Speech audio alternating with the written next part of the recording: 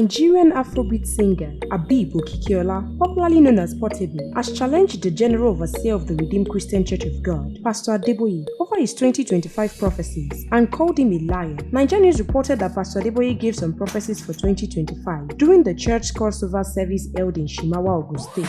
According to Pastor Adeboye, the year 2025 will be unforgettable for Nigerians, as many will be unable to endure and survive the challenges ahead. He said, Daddy says the year 2025 will be a landmark year.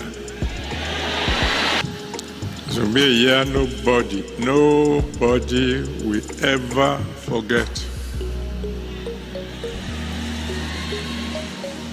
The wind that started blowing last year will continue to blow this year, but stronger. Daddy said the year 2025 will be a landmark year, a year nobody will ever forget.